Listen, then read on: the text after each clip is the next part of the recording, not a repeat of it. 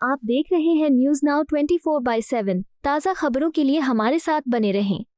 प्रधानमंत्री श्री नरेंद्र मोदी ने आज ग्रेटर नोएडा में Uttar Pradesh international trade show 2025 का भव्य उद्घाटन किया है। चलिए जानते हैं इस आयोजन की सबसे खास बातें।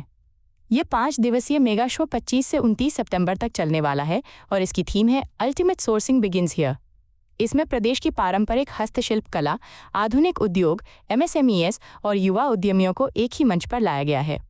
इसमें टेक्सटाइल, चमड़ा, कृषि, food processing, IT, electronics, Ayush जैसी कई प्रमुख सेक्टर की झलक देखने को मिलेगी। इस बार रूस पार्टनर कंट्री है और ट्रेड शो में 2400 जोड़ प्रदर्शक, 500 अंतर्राष्ट्रीय खरीदार और करीब 5 लाख विजिटर आ रहे हैं। One district one product pavilion इसके आकर्षणों में से एक है। यहाँ उत्तर प्रदेश की समृद्ध कला, संस्कृति और व्यंजन एक ही छत के नीचे दिखाए जाएंगे, जिससे स्थानीय से वैश्विक बाजार तक पहुँच बनाने का मौका मिलेगा। प्रधानमंत्री मोदी ने अपने संबोधन में उत्तर प्रदेश की बढ़ती अर्थव्यवस्था और उभरते बिजनेस माहौल की सराहना की। उन्होंने कहा, आज उत्तर प्रदेश देश की आर्थिक ताकत बन रहा है और उद्योगों, युवाओं को वैश्विक मंच प्रदान कर रहा है। केंद्र सरकार की वोकल फॉर लोकल, आत्मनिर्भर भारत और मेक इन इंडिया जैसी योजनाओं को आगे बढ़ाने में ये ट्रेड शो अहम भूमिका निभा रहा है। इस शो में सुरक्षा के भी खास इंतजाम किए गए हैं। 2000 से ज्यादा पुलिसकर्मी 7 जोन और 20 सेक्टर में तैनातों फ्लाइंग जोन घोषित किया गया है, जिससे हर विजिटर को सुरक्षित अनुभव मिले। उत्तर प्रदेश के मुख्यमंत्री श्रीमान योगी आदित्यनाथ जी, यूपी सरकार के मंत्रीगण, यूपी भाजपा के अध्यक्ष भूपेंद्र चौधरी जी, उद्योग जगत के सभी साथी, अन्य महानुभाव, देवी और सज्जनों, यूपी इंटरनेशनल ट्रेड शो में आए सभी ट्रेडर्स, इन्वेस्टर्स, एंटरप्रेन्योर्स और नौजवान साथियों का मैं हृदय से बहुत बहुत अभिनंदन करता हूं। मुझे खुशी है कि यहां 2200 से अधिक एग्जीबिटर्स अपने प्रोडक्ट्स और सर्विसेज का प्रदर्शन कर रहे हैं। इस बार ट्रेड शो का कंट्री पार्टनर रूस है, यानी इस ट्रेड शो में हम एक टाइम टेस्टेड पार्टनरशिप को और भी मजबूत कर रहे हैं। मैं मुख्यमंत्री योगी जी को, सरकार के अन्य सभी साथियों को, स्टेक होल्डर्स को इस आयोजन के लिए बहुत बहुत बधाई देता हूं। साथियों, आज हम सभी के मार्गदर्शक पंडित दीनदयाल उपाध्याय जी की जयंती है। दीनदयाल जी ने हमें अंत्योदय की राह दिखाई थी।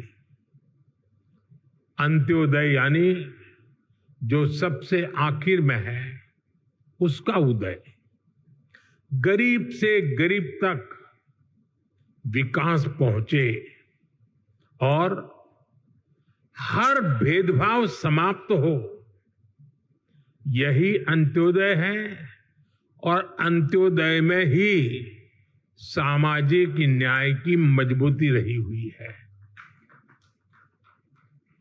और आज विकास का यही मॉडल भारत दुनिया को दे रहा है। साथियों, मैं आपको एक उदाहरण दूंगा। आज विश्व में हमारे फिनटेक सेक्टर की बहुत चर्चा है। इस फिनटेक सेक्टर की सबसे खास बात है कि इसने समावेशी विकास को, इंक्लूसिव डेवलपमेंट को बहुत ताकत दी है, बढ़ावा दिया है।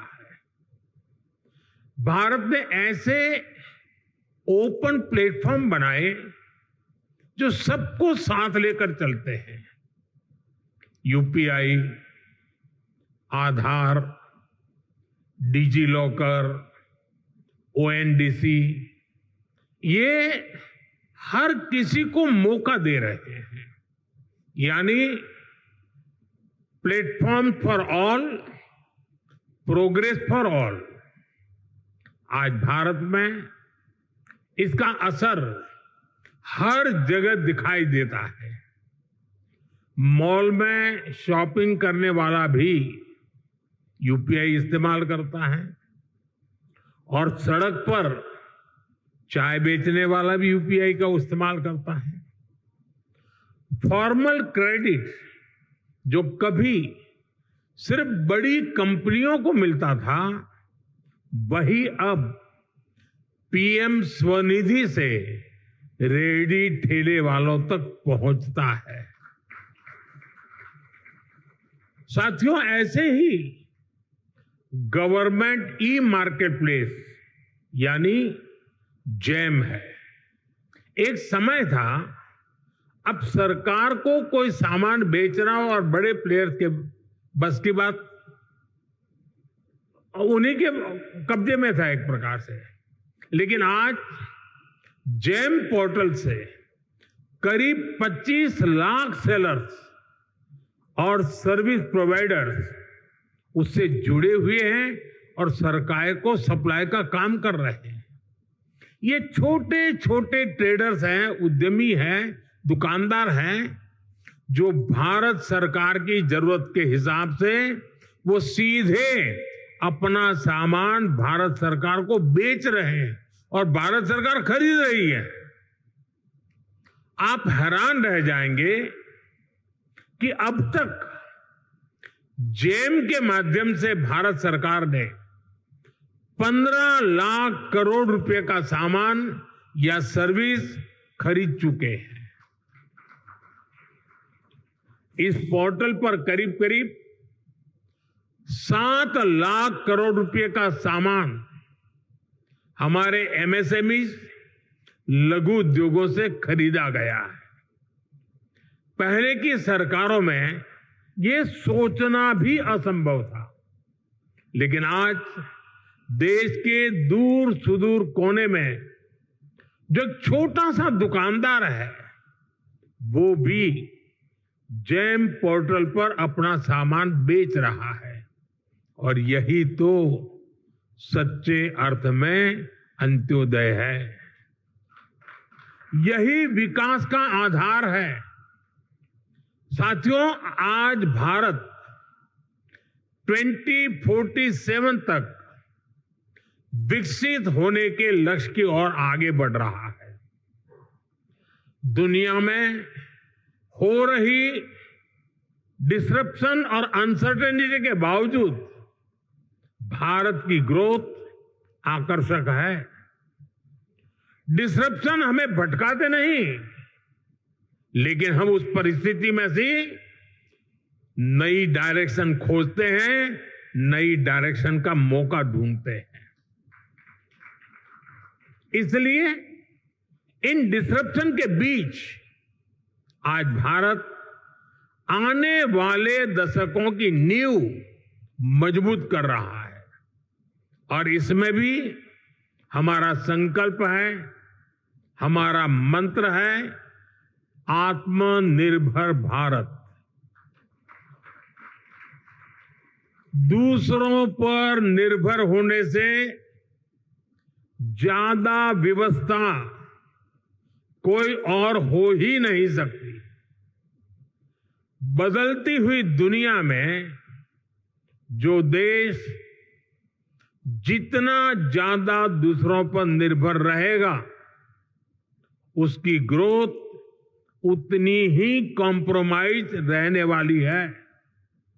और इसलिए भारत जैसे देश को किसी पर निर्भर रहना अब मंजूर नहीं है। इसलिए भारत को आत्मनिर्भर बनाना ही होगा। हर वो प्रोडक्ट जो हम भारत में बना सकते हैं, वो हमें भारत में ही बनाना है।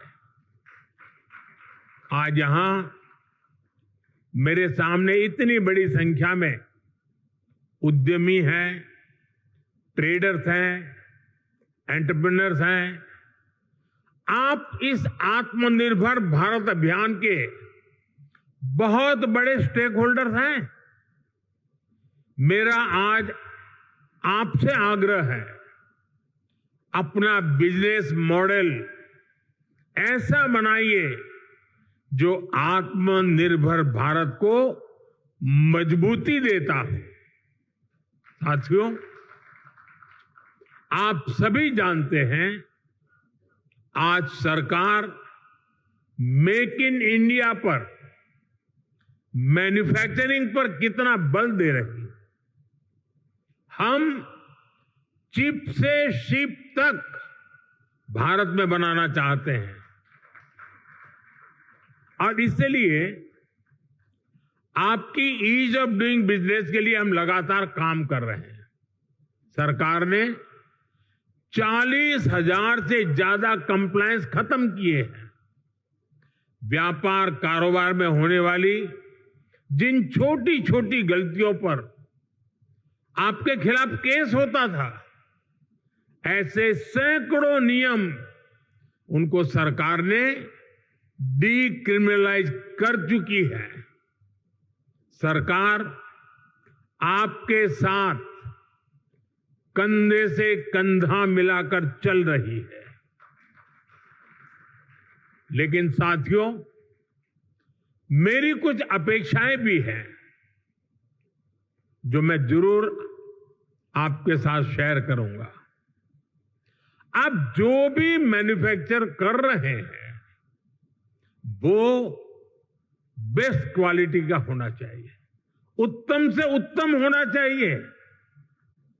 आज देशवासियों के मन में ये बात है कि स्वदेशी उत्पादों की क्वालिटी में लगातार सुधार होता रहे, यूजर फ्रेंडली हो, लंबे समय तक काम आने वाले हो।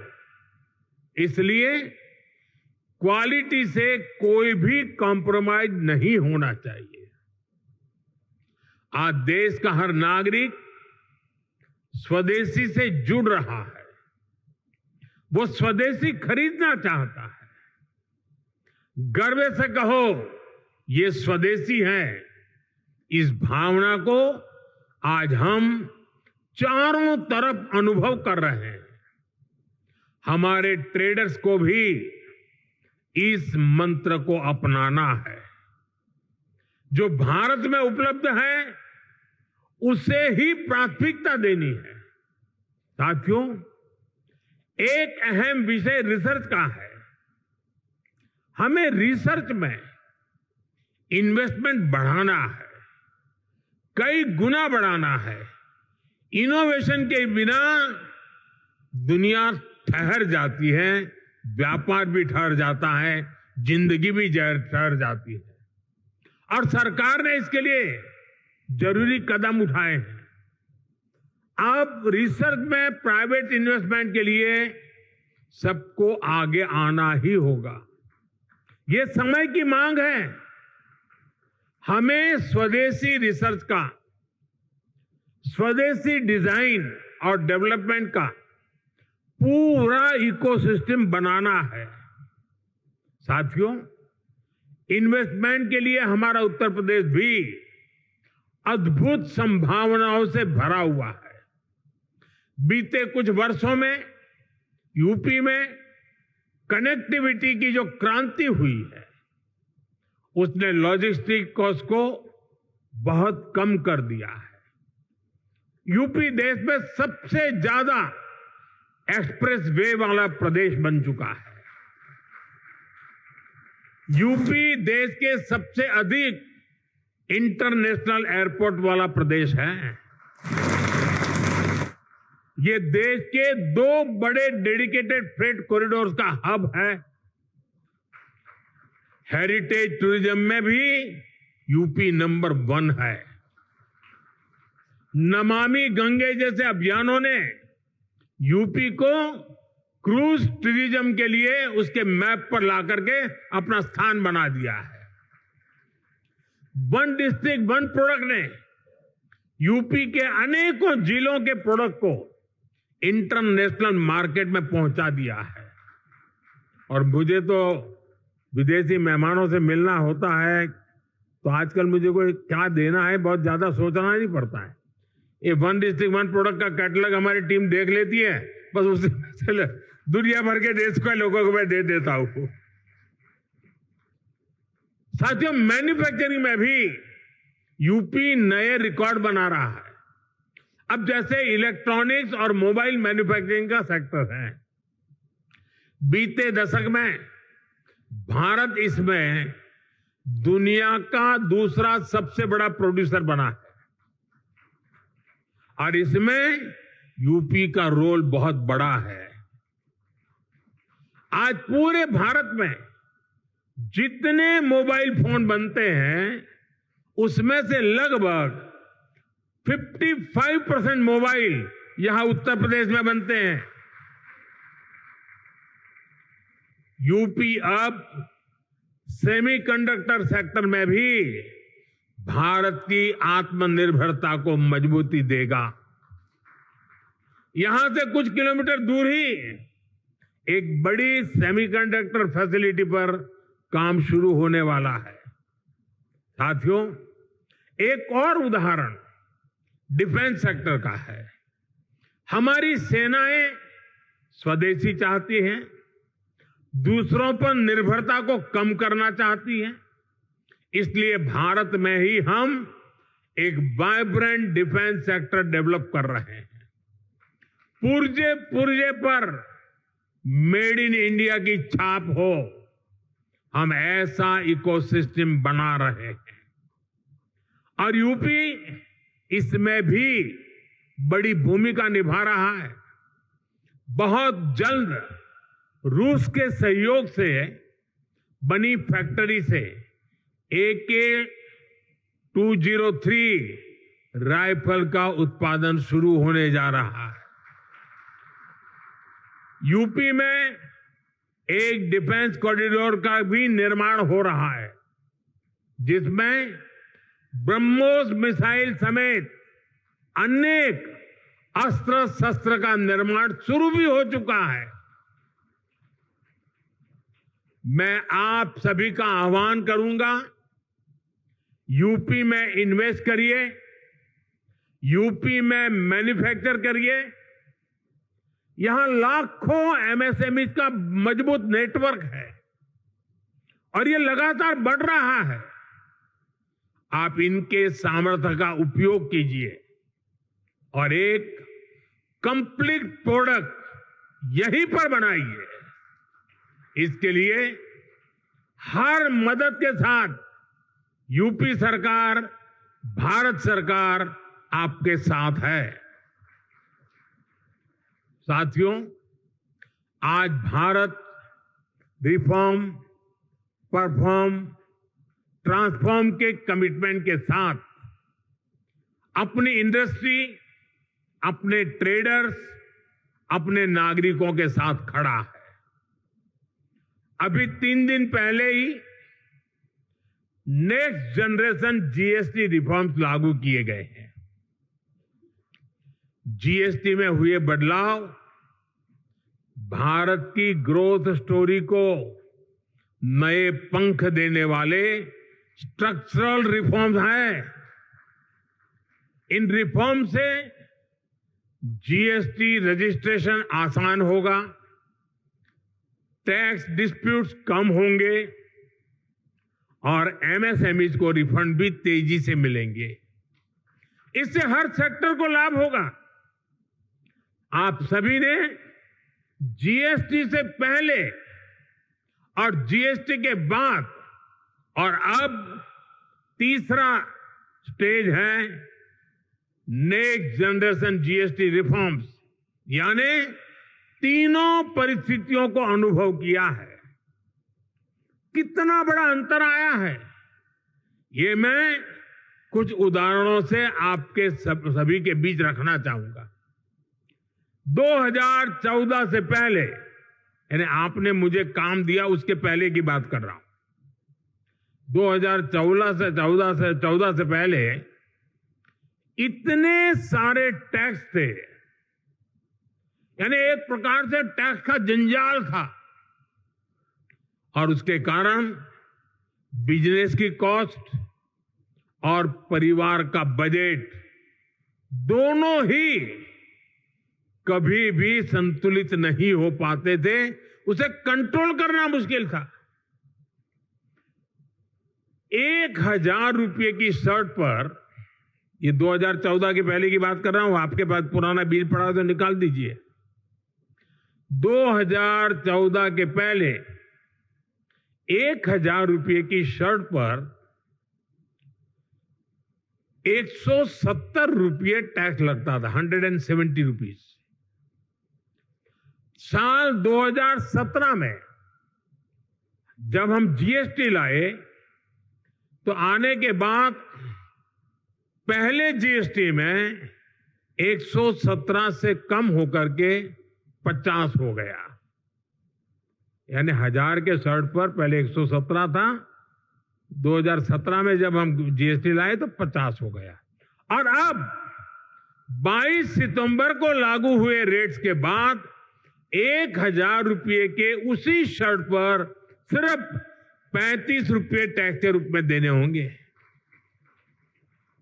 साथियों, 2014 में toothpaste, shampoo, hair oil, shaving cream, इन सभी पर अगर कोई 100 रुपया खर्च करता था तो इन पर 31 रुपये टैक्स देना पड़ता था। 100 रुपये पर 31, यानी 100 रुपये का बिल 131 रुपये का बनता था। ये 2014 के पहले की बात कर रहा हूं मैं। 2017 में जीएसटी आया तो 100 रुपये का यही सामान 118 रुपये का हो गया, 131 से कम होकर के 118। यानी हर 100 रुपये के बिल पर 13 रुपये सीधे बच गए। अब जीएसटी की अगली पीढ़ी में, यानी इस बार जो जीएसटी का रिफॉर्म हुआ है, ये सामान 100 रुपये पर 5 रुपया 105 रुपये का हो गया है। 131 से 105 पर आ गया। यानी 2014 से पहले की तुलना में सीधे 26 रुपये की बचत, 100 रुपये पर 26 रुपये की बचत देश के सामान्य नागरिक को हुई है। इस उदाहरण से आज समझ सकते हैं कि एक सामान्य परिवार की हर महीने कितनी बचत हो रही है।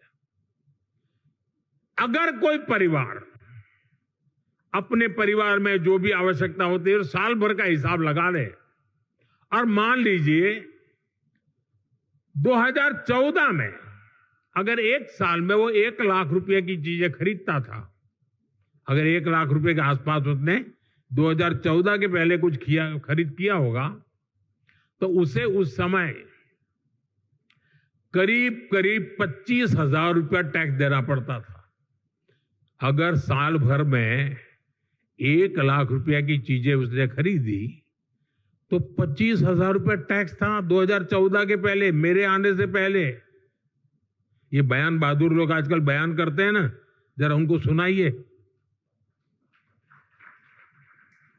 लेकिन अब नेक्स्ट जनरेशन जीएसटी के बाद उसी परिवार को सालाना सिर्फ 25,000 से कम होकर के करीब 5-6 हजार रुपया तक टैक्स आ गया है।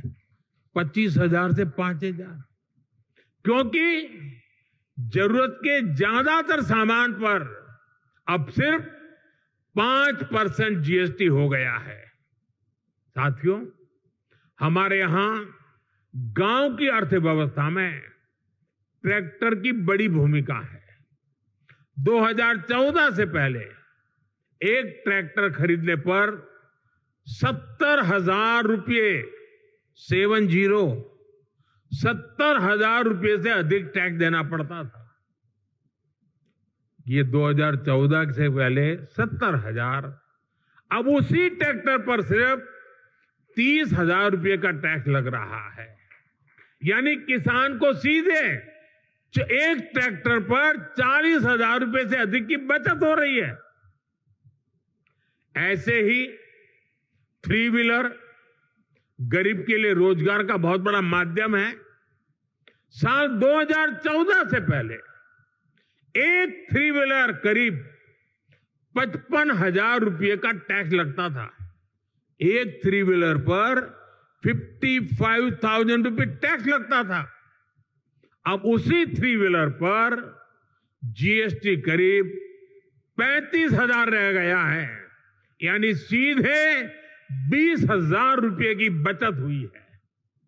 ऐसे ही जीएसटी कम होने की वजह से स्कूटर 2014 की तुलना में करीब 8,000 रुपये और मोटरसाइकिल करीब 9,000 रुपये सस्ती हुई है। यानी गरीब, नियो मिडिल क्लास सबकी बचत हुई है। लेकिन साथियों, इसके बावजूद कुछ राजनीतिक दल देश के लोगों को भ्रमित करने का प्रयास कर रहे हैं। 2014 के पहले वो जो सरकार चला रहे थे, उसकी नाकामियां छिपाने के लिए कांग्रेस और उसके साथी दल जनता से झूठ बोल रहे हैं। सच्चाई ये है कि कांग्रेस सरकारों के समय टैक्स की लूट मची हुई थी और लूटे हुए धन में से भी लूट होती थी। देश के आम नागरिक को टैक्स की मार से निचोड़ा जा रहा था। ये हमारी सरकार है जिसने टैक्स को बड़े पैमाने पर कम किया है, महंगाई कम की है। हमने देश के लोगों की आमदनी बढ़ाई है और बचत भी बढ़ाई है। जब 2014 में उनकी सरकार थी, 2 लाख रुपए तक इनकम टैक्स माफ था, 2 लाख रुपए सिर्फ। आज 12 लाख रुपए की इनकम को टैक्स फ्री करना और नए जीएसटी रिफॉर्म से ही इस साल देश के लोगों को 2.5 लाख करोड़ रुपए बचने जा रहे हैं। देशवासियों की जेब में 2.5 लाख करोड़ रुपया बचेगा और इसलिए तो देश आज गर्व के साथ जीएसटी उत्सव मना रहा है, जीएसटी बचत उत्सव मना रहा है। और मैं आपको बताना चाहता हूं, हम यहीं नहीं रुकने वाले। 2017 में हम जीएसटी लाए, आर्थिक मजबूती का काम किया और 2025 में फिर से लाए, फिर आर्थिक मजबूती करेंगे और जैसे जैसे आर्थिक मजबूती होगी टैक्स का बोझ कम होता जाएगा।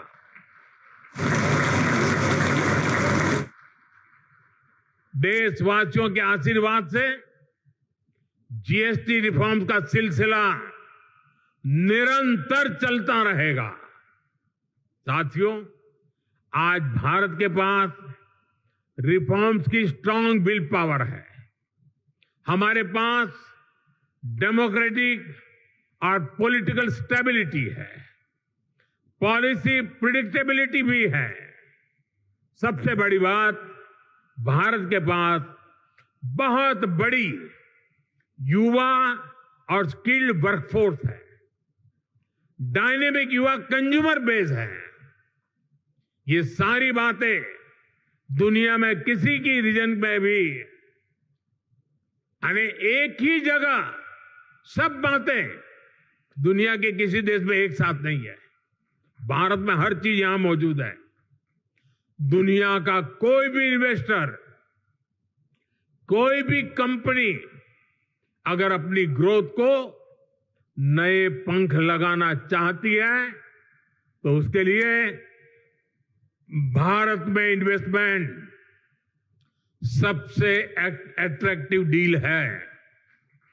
इसलिए भारत में इन्वेस्ट करना, यूपी में इन्वेस्ट करना आपके लिए विन विन सिचुएशन है।